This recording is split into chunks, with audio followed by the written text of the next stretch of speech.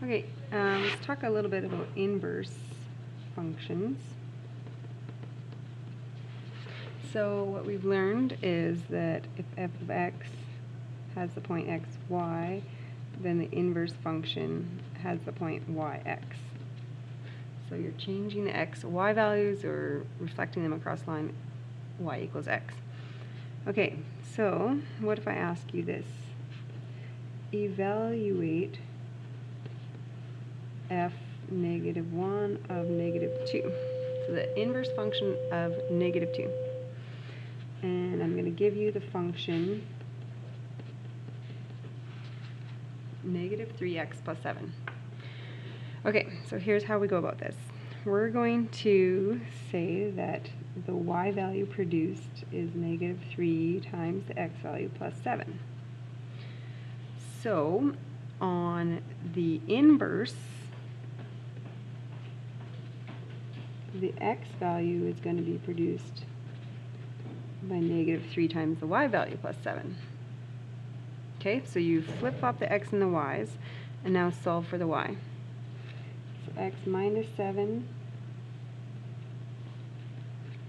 and then divide by negative 3. So the inverse function is x minus 7 over negative 3. So if I evaluate negative 2 minus 7 over negative 3, I get negative 9 over negative 3, which is a value of 3. Okay, so flip-flop x and the y, and then algebraically isolate the y, and that's your new inverse function. Okay, now let's talk about this.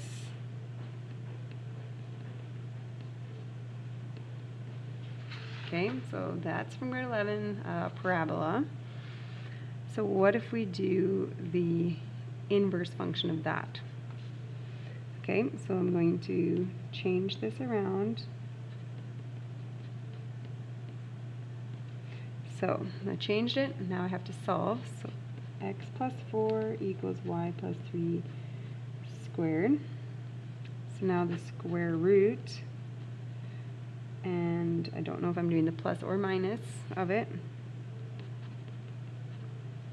Okay, so now I have the plus minus square root x plus 4 minus 3 equals y. Okay, but what if I wanted this to still be a function? So if the inverse is still a function,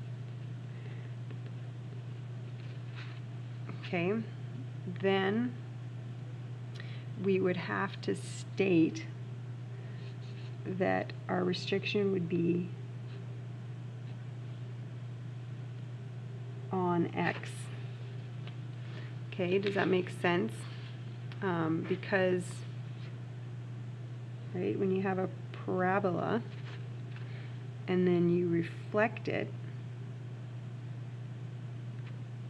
over the line y equals x, you're going to have a sideways parabola, right? And your sideways parabola obviously fails